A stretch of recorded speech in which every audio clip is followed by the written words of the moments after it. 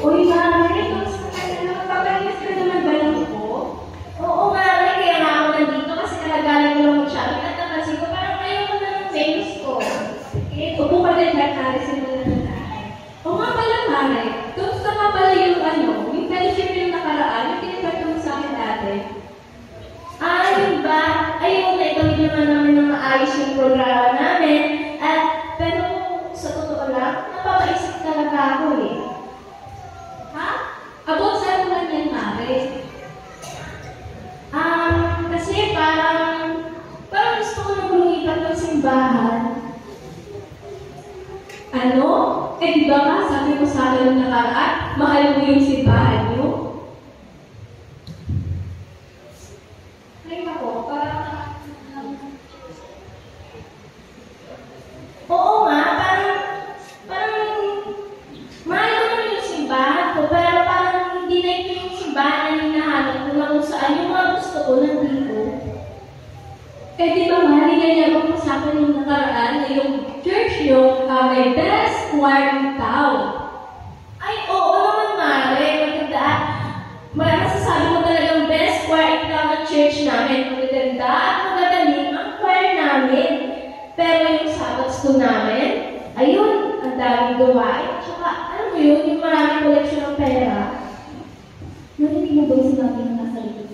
Sila daw ang may best choir in town. Well, sa amin naman, ang may best Sabbath school in town. Pero yung choir namin, ayun, masorte na lang kung mabuka. At alam mo ba, tingin ko hindi lang Sabbath school na kailangan na improve eh. Kailangan na improve din yung ministry. Kailangan yung talagang buhayin. Ibig sabihin ba nun? Hindi ba kasi yung ministry sa church? Hindi na lang yung mato. Alam mo ba, itong babae na sa likod ko, kailangan makita ang magpasalamat sa simbahan nila. Alam mo kung bakit? Kasi sa sobrang daming programa namin ng ministry, wala na akong panahon para sa sarili ko eh. Hindi mo ba yung sinabi ng babae sa likod ko, ano yung mga weakness na meron sila? Oo nga, Mari, parang ikaw ba yung pinaliligan mo? Pero alam mo, ang kulang sa simbahan namin, ang programa ng Equal at sa mga kabataan. Well, yun na naman yung mahal ko kasi ang mga kabataan sa amin, ako napakasigla at maraming programs para sa kanila.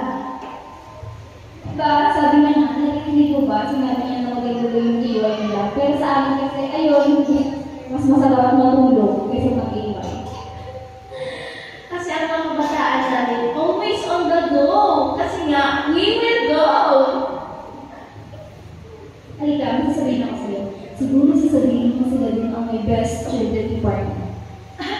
Ay, totoo yan. Alam mo ba, church namin, nasa amin na ang best children department. O diba, sabi ko sa'yo.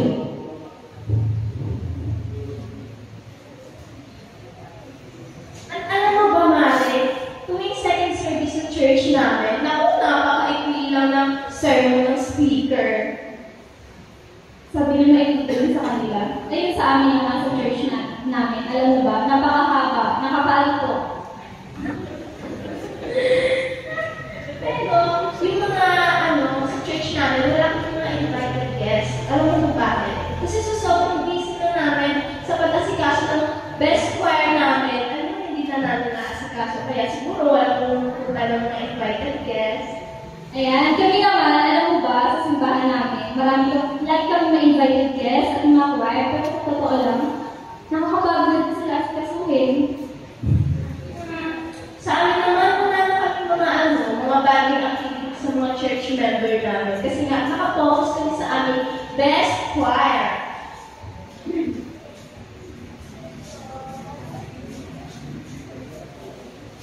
Alam mo ba, sa aming church, lagi kami may social night at lagi lipat na. Babae na mga nasa likod ko, di nga alam kung gano'n siya kaswerte sa simbahan na meron sila. Itong babae na nasa likod ko, hindi niya alam kung gano'n siya kaswerte sa simbahan nila. At alam mo ba, Mari, gusto ko pumunta sa simbahan nila? Alam mo ba, parang gusto ko pumunta sa simbahan nila. Ang ganda, di ba? O, ano sasabi mo? Wow, ang ganda, perfect! Bagay na bagay sa akin. Kasi ang ganda ko, mami.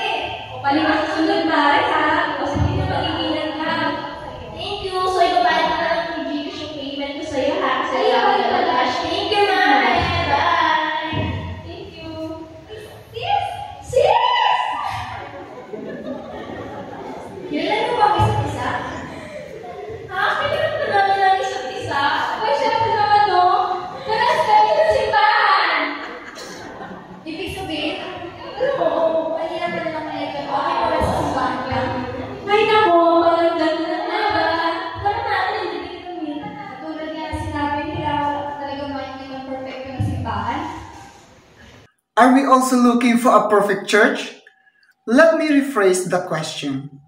Mga kapatid, paano nyo ba inilalarawan ang church na meron kayo sa ibang mga tao na nakakasalamuha nyo? Ipinagmamalaki nyo rin ba na ang church nyo ay may active programs, active members, maraming ministries, magaling umawit at mag-sermon? Or inilalarawan nyo na ang church ay maraming pagkukulang, maraming solicitation, maraming gawain na kung saan nakakapagod na makisangkot at maraming need ng improvement? Paano po ba natin ipinapakita sa iba ang church na kung saan tayo nakamiyembro? Ano po kaya ang nakikita ng ibang mga tao na nagre-reflect sa church na meron ka? Ang church ay hindi museums na kung saan nakadisplay ang perfect na mga tao. Ang church ay isang lugar na kung saan ang mga taong nasasaktan, sugatan, at broken ay nakakatagpo ng kagalingan. Ayon kay Joseph Worthlin, ang church ay hindi lugar kung saan ang mga perfect na mga tao ay nagtitipon para magsalita ng mga perfect na mga bagay or mga perfect na kaisipan o kaya naman mga perfect feelings. Ang church ay isang lugar para sa mga imperfect na mga tao, para magsama upang mag-encourage, magbigay support, at maglingkod sa bawat isa. Kagaya rin nga po ng sinasabi sa Hebrews chapter 10 verse 24 and 25, sikapin din nating gisingin ang damdamin ng bawat isa sa pagmamahal sa kapwa at sa paggawa ng mabuti. Huwag nating kaligtaan ang pagdalo sa ating mga pagtitipon, gaya ng nakasanayan ng iba. Sa halip, palakasin natin ang loob ng isa't isa, lalo't na ngayong nakikita nating malapit na ang araw ng Panginoon. Nawa, mga kapatid, sa ating paghayo, may pakikipagsalamuha sa iba, hindi tayo ma-define lang sa kung anong church tayo belong, kundi mag-reflect sa atin ang perfect Savior na meron tayo sa ating buhay. Because we may not have the perfect church, but we have a perfect Savior.